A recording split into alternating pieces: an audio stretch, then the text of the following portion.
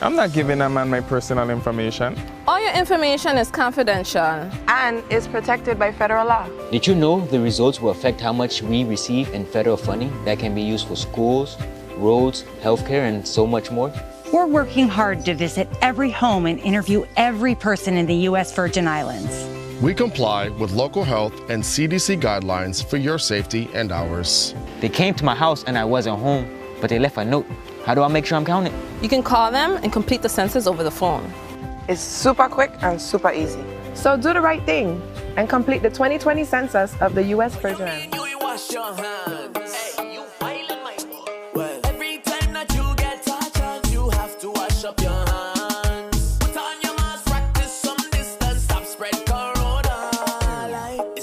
And on behalf of the Virgin Islands Department of Health, hold it down on all the mass gatherings. Wearing a mask not only protects you, but it protects your loved ones and your community. Help stop the spread of Rona. The Virgin Islands Energy Office encourages all residents to continue to follow the recommendations of the VI Department of Health to prevent the spread of COVID-19, the coronavirus, by staying at home and practicing social distancing. With so many of us staying at home, especially during the hottest times of the day, residential energy use and cost is on the rise. Here are some tips the Virgin Islands Energy Office recommends residents follow to help reduce your energy bill. Properly size your AC unit and make sure all windows and doors are closed and sealed sufficiently. Set the AC thermostat between 75 and 78 degrees and utilize natural cooling whenever possible. Prepare multiple meals for the week at once to avoid reoccurring and extended cooking times. Practice outdoor cooking whenever possible. Try to avoid taking long showers. Wash full loads using cold water and air dry clothes whenever possible. For more information on energy efficiency and how to get the most out of your federal stimulus checks through the VIEO rebate program, call the Virgin Islands Energy Office or visit our Facebook page.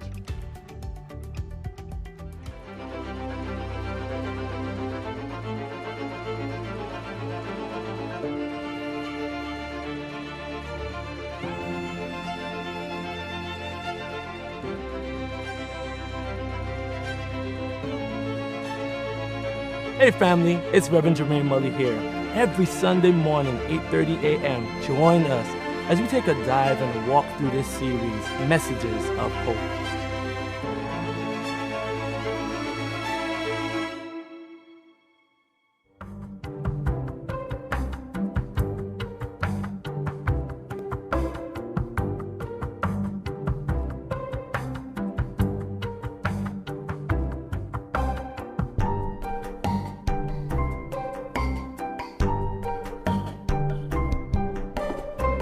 Good evening, and welcome to episode 35 of the Press Box.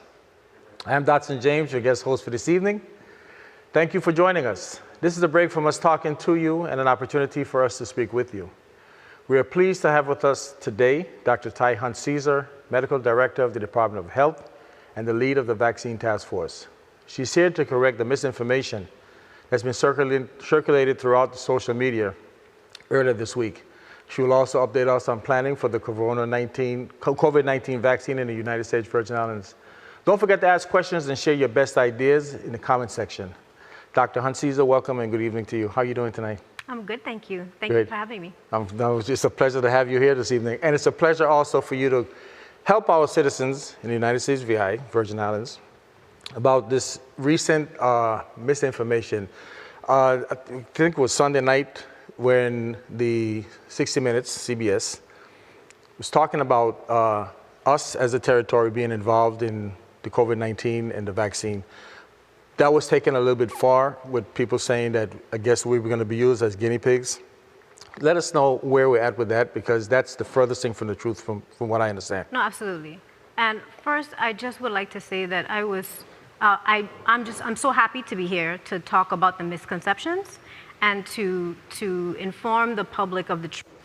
I was pleased to actually hear that we were mentioned in the 60 Minutes interview, because usually the territories, including us, the Virgin Islands, were left out of the conversation. So to actually hear that we were mentioned to be a part of the vaccine response and planning efforts, I was happy, but I was very troubled and concerned about what actually was circulated after the interview about the misinformation. And I think that false statements about vaccines has been historically a problem within the territory. And I'm just here to say very clearly that the Virgin Islands are not going to be used as what is being circulated as test subjects. That could not be far from the truth.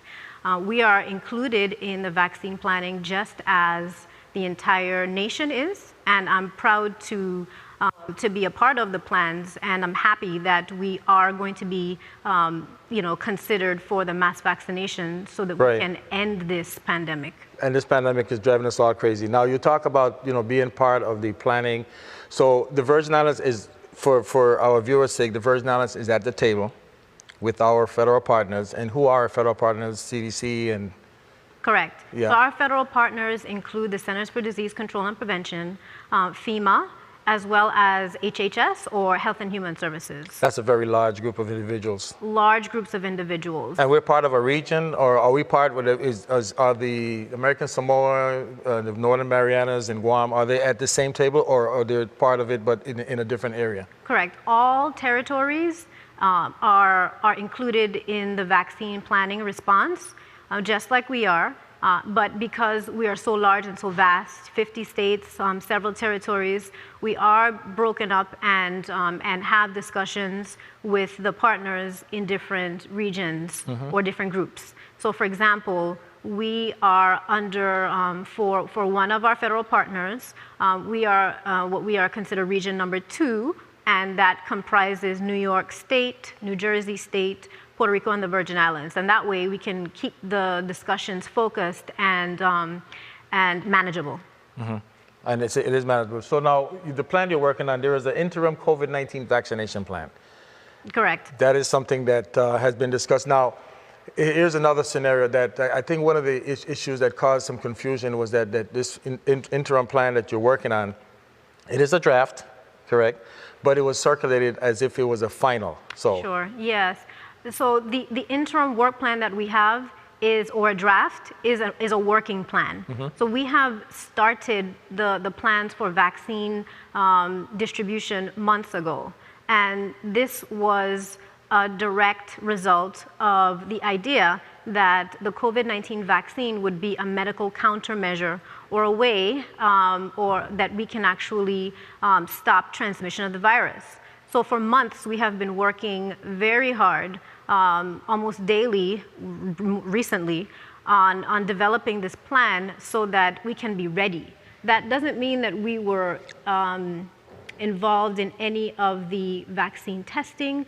We were just working together to ensure that when there is availability for a vaccine to be distributed to all of the states and the territories, we would be ready to accept it and also ready to actually put the vaccines in arms of our citizens. Who wants it? Absolutely. And I was impressed with the fact also that we made 60 Minutes, that the ladies got up and said, and in the Virgin Islands. So I was very impressed with that. Now, as far as the vaccine is concerned, within the last couple of days, there's been reports that Pfizer is about ready, or not ready, but they're close. They've done enough testing, or they've done testing. Matter of fact, they said Russia is also doing some testing, but Pfizer is 90% or more effective on the vaccine. What is your take on that, and has there been discussions as to how they came to that conclusion? Well, so I, as an infectious disease physician, so I am a strong supporter of vaccinations. You are, and okay. I've studied the history of vaccinations as a public health physician and understand the history of vaccines, how it's happened, how it's occurred, the testing and the process, and we've learned a lot. We've learned a lot from lessons learned in the past on ensuring that vaccines are safe and are able to actually save lives and stop infections. So the process by which Pfizer is now rapidly getting to the end of their trials is a phased approach to study and ensure that, one, that it is safe in voluntary persons who actually receive the vaccine, to see what the effects are, and then also to see if it actually produces the immunity or the protective effects from the virus. And it's done in a phased approach. All of that data is then studied and reviewed by the FDA, the Food and Drug Administration, right, to ensure that it is indeed, in fact, effective and safe for distributions and vaccinations in all humans.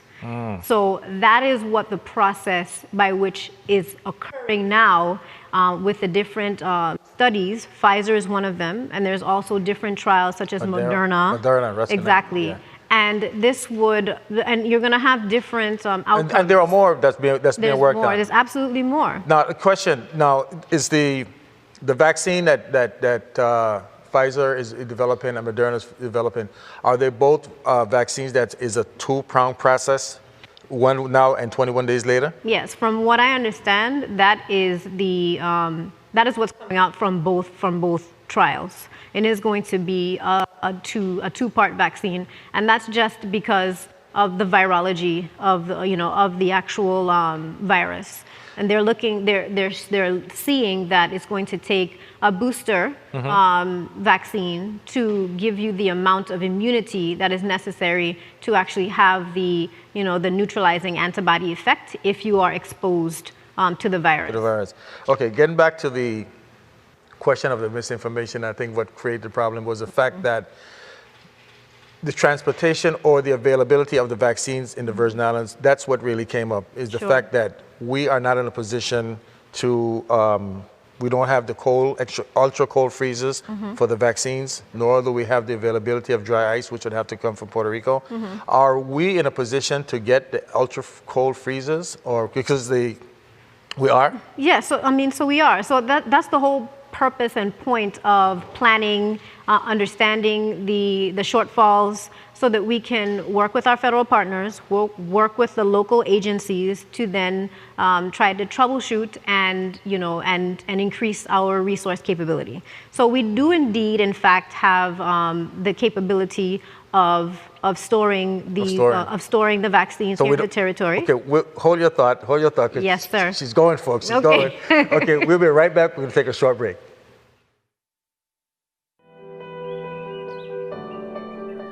I have asthma. But all asthma triggers aren't the same for everyone. My triggers are dust, mold, and pollen. Strenuous exercise. Perfume and tobacco smoke. Anxiety and stress. To manage my asthma, I needed a plan. I worked with a neurologist to identify my asthma triggers and found the best medications to prevent and control my symptoms. As I got older, my asthma changed, so I talked to my doctor about adjusting my plan. Partnering with my family and healthcare provider helps me manage my asthma and keep doing the things that I love. And now I can breathe much easier.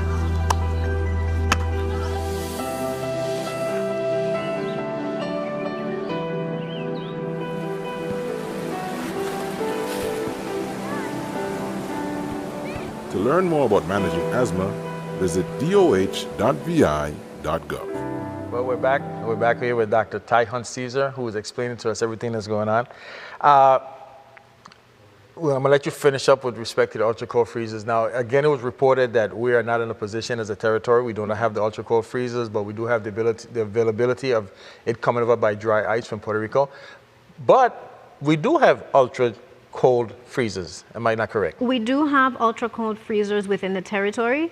And that's why we are working and planning to also, increase the availability that we have, so that we could provide the mass distribution as best as possible. And that's why we meet every day to plan and troubleshoot and try to figure out ways of making this happen. So we are working with vendors in Puerto Rico to ensure that we do have dry ice. So that's what the whole Because planning process is about. It's going to be transported from, say, Puerto Rico to the Virgin Islands by dry ice and then stored in our ultra-cold freezers. Absolutely. That's And yeah, it might come directly from the distributors, wherever that may be, and that's to be determined by by Pfizer or whomever we start to get the distributions from. Mhm. But we do have the capability of, and if we Of don't, storage. we work on it, and that's the whole purpose So- of us planning. These ultra-cold freezers are minus 84 degrees Celsius, which is minus 94 degrees Fahrenheit. Tell us why it's so important for the vaccines to be in such a frozen environment. Sure, and that's going to vary from the different distributors, and just from what we are hearing from Pfizer, that is just to maintain the stability and the integrity of the vaccine. That might change from distributor to distributor. Oh, okay. So that's just what we're faced with potentially the first distribution that comes out from this manufacturer. Okay. Now, the Virgin Islands Immunization Registry System. Mhm. That's something that's also in the plan that you're working with respect to our federal partners. Mhm. Okay, that's correct. And that's to collect an important document from the provider. Now, when this vaccine is coming out, explain to us. Okay, the Department of Health is the lead agency, obviously. Correct. When it comes to everything health-wise in the territory. Yes, we rock. As far as providers, individuals who will be giving the vaccine, could you tell us who they will be, who qualifies, and how do you become qualified? Sure, absolutely, and we're working on that actively as we speak. Right now, any provider who is already licensed to be vaccinators within the territory, we have reached out to those providers and implored them to also be included in the vaccine, in the COVID vaccination distribution.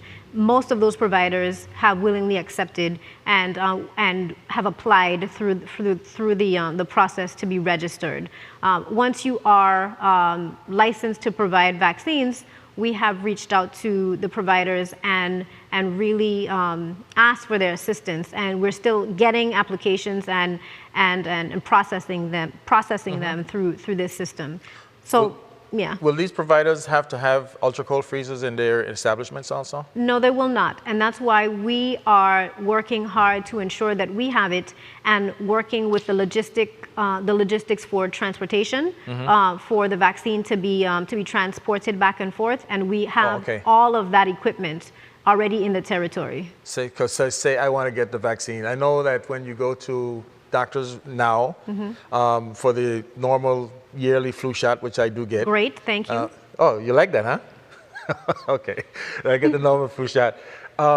You get it right there in the office, but a flu shot obviously is different than this vaccine. So when you apply, when the time comes that this vaccine is available for the community, you go to a doctor's office or a nurse practitioner, or a PA, or whoever, and you want to get the vaccine. So you will be on a waiting list to be able to get this vaccine. Not a waiting list per se, but you would have to wait until the Department of Health transports that vaccine.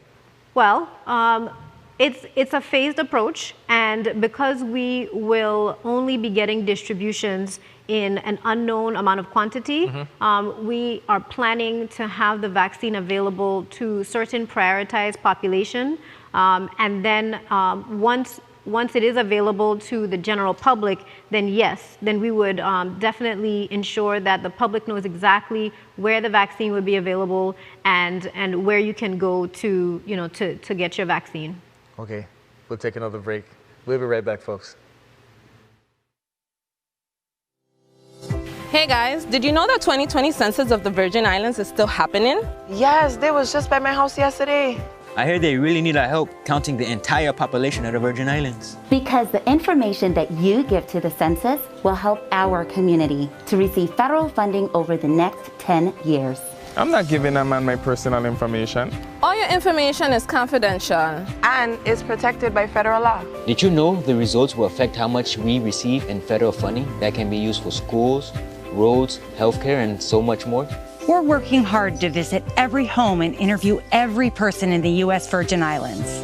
We comply with local health and CDC guidelines for your safety and ours. They came to my house and I wasn't home, but they left a note. How do I make sure I'm counted? You can call them and complete the census over the phone. It's super quick and super easy. So do the right thing and complete the 2020 census of the U.S. Virgin Islands. And be counted. Wash your hands. Hey, you violent, my boy. Well, every time that you get a chance, you have to wash up your hands. Put on your mask, practice some distance, stop spread corona. It's Adamo. And on behalf of the Virgin Islands Department of Health, hold it down on all the mass gatherings. Wearing a mask not only protects you, but it protects your loved ones and your community. Help stop the spread of corona.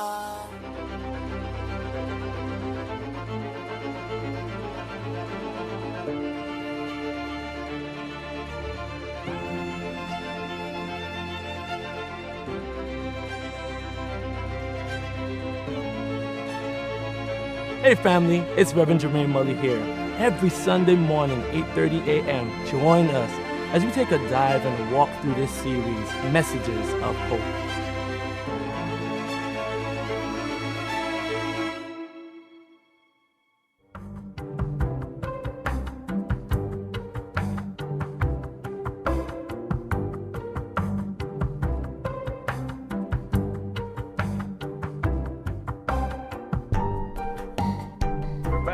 And the press box with us again this evening is from the Department of Health, the Medical Director, Dr. Ty-Hunt Caesar, and she's been giving us a lot of information with regards to the vaccine.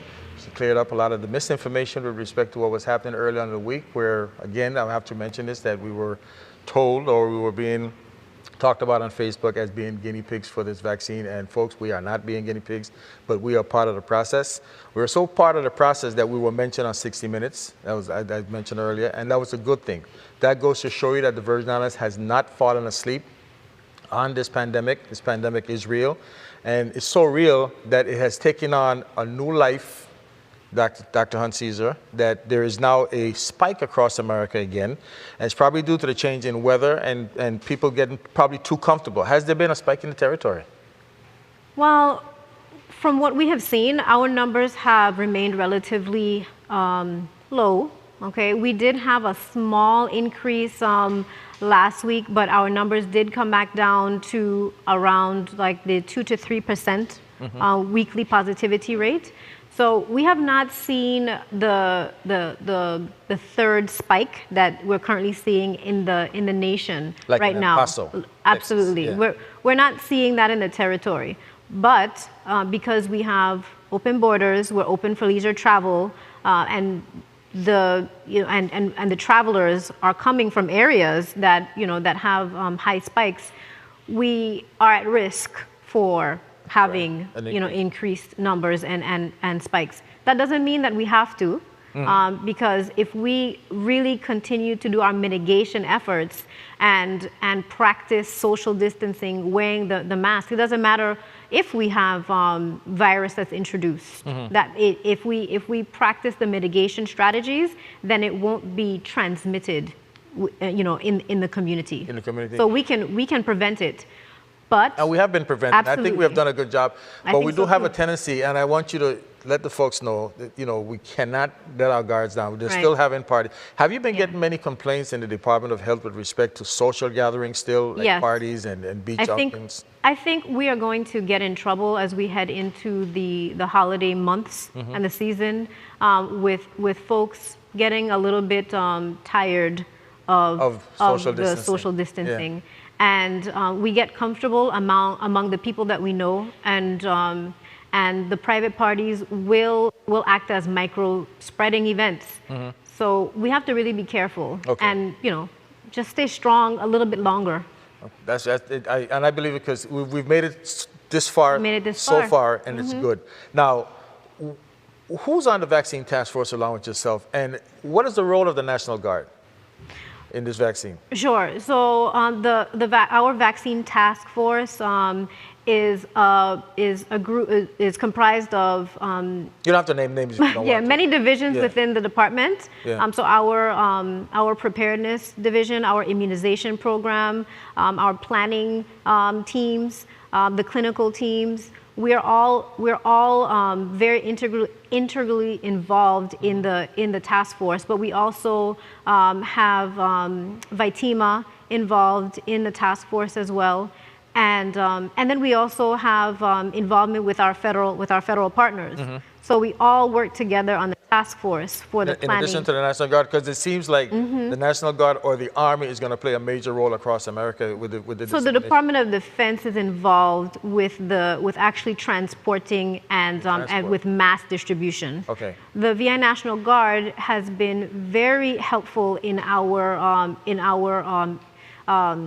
mitigation, or I should say our screening and testing missions at the airport, as well as providing outreach and education to the community, and even enforcement. Okay, because I was going to ask you about the program that's going on with respect to the airport of travelers coming in. Recently, you know, I was fortunate enough to be able to get off island and come back in without any problems. So I didn't bring back anything, folks. But what was the beauty about it is that you're asked actually to come in with a negative test once you come travel to the Virgin Islands. Now, there are some individuals who have not complied. Are we more on the percentage of those that are compliant with bringing in negative tests compared to those who are not? So we have higher rates of individuals who come with their test results than those who don't. And it's very important that our residents also understand that they have to be adherent with the orders of having a test. So we've also been trying to spread the message for those residents who are taking short trips to actually, if they can't come back with a test, if they're, say for instance, if they're traveling, if their trip is less than a week, it's very difficult to get a test within the 5 day Not necessarily. days.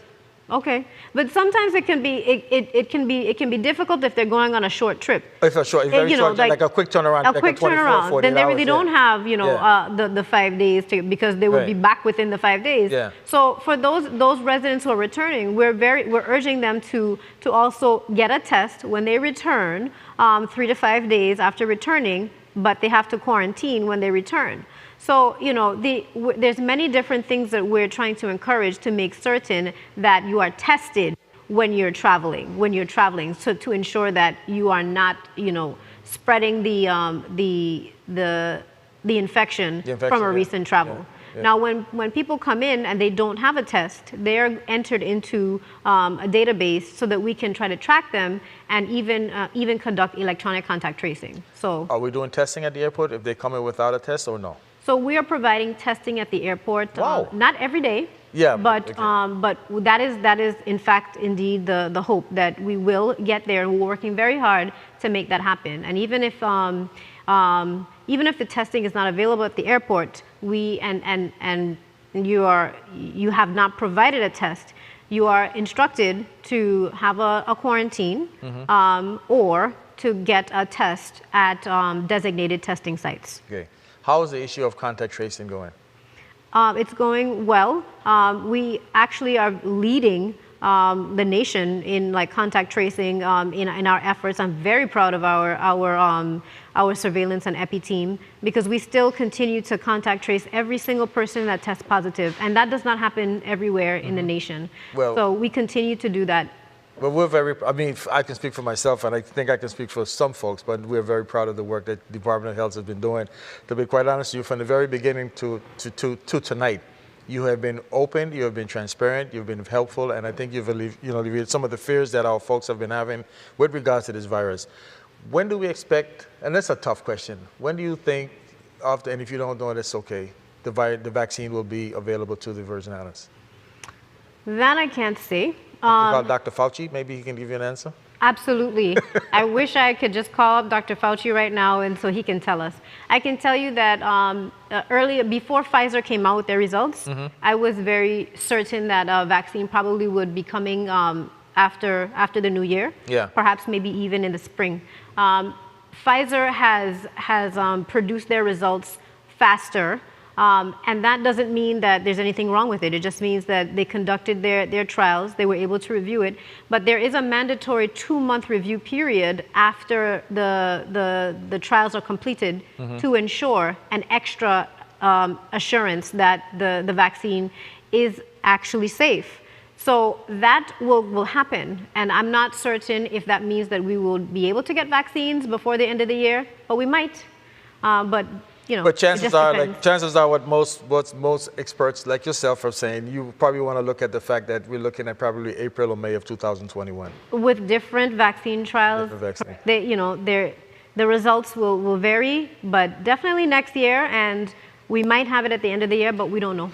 Just out of curiosity, I don't think we touched on this. When you get the vaccine, what will this actually do? And are we going to be required to get the vaccine on a yearly basis? That is to be determined. And it just depends on the level of immunity that the studies show. And from what we're seeing now with our natural immunity from people who have been infected with the virus, usually that immunity sort of like those natural antibodies that our body produces, typically has been seen to perhaps maybe go away around anywhere between 3 to 5 months. If that is an indicator as to what the vaccine will also do in an active sort of manner, then we might have to get vaccinated more frequently, but that's just still to be determined. I mean, I don't get the flu shot every year, but Right. Let me ask you one last question before I let you wrap up. Yes, sir. Have you done any study on those who are interested in getting the vaccine compared to those who are not in the territory, so we have an idea as to how we're going to actually deal with this issue of vaccination? Yeah, so we don't know the data on the community yet, but we are conducting surveys so that we can get an understanding as to what the response is and why, and if there are people who are not interested in the vaccine, why, so that we can either answer questions and try to figure out exactly what needs to be done. I can tell you that just vaccine hesitancy in the territory is not anything new, and I try my best to educate every patient that I interact with, to inform them and give them the truth and the best information.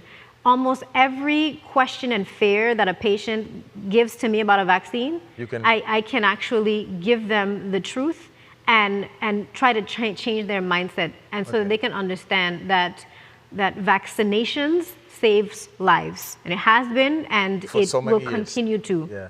Well, Dr. Hunt Caesar, it's been a pleasure talking to you tonight. I'm going to give you an opportunity to talk to our residents and let them know how you feel. Just remind them about the mask also.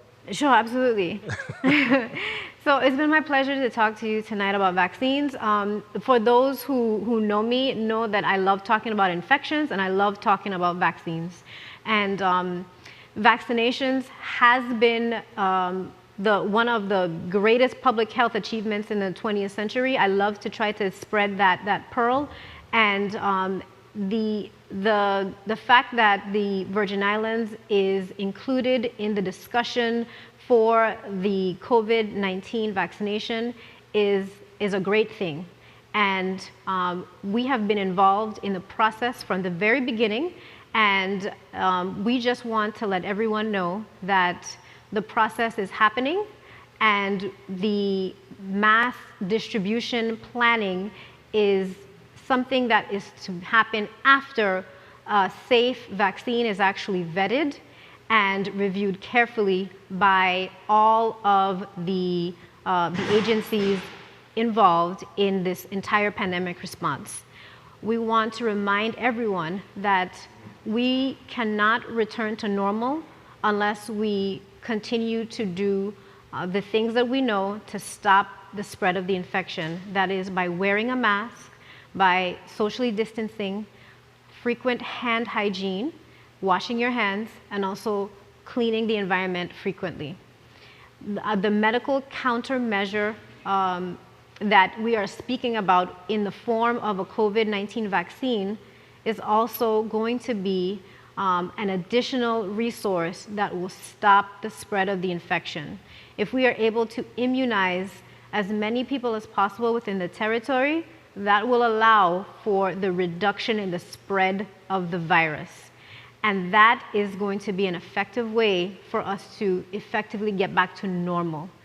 We have thousands of visitors in the territory that come, that are going to come within the next coming months.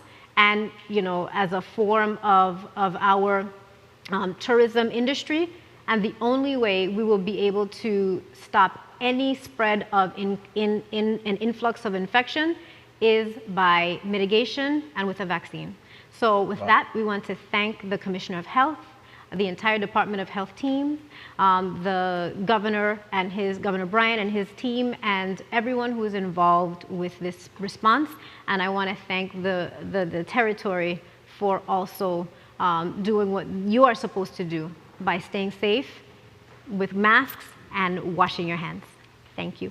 Thank you very much, Dr. Ty Hunt Season. She was nervous, folks. Can you tell? We want to thank you for joining us this evening and once again, and we'll see you next week for our season finale.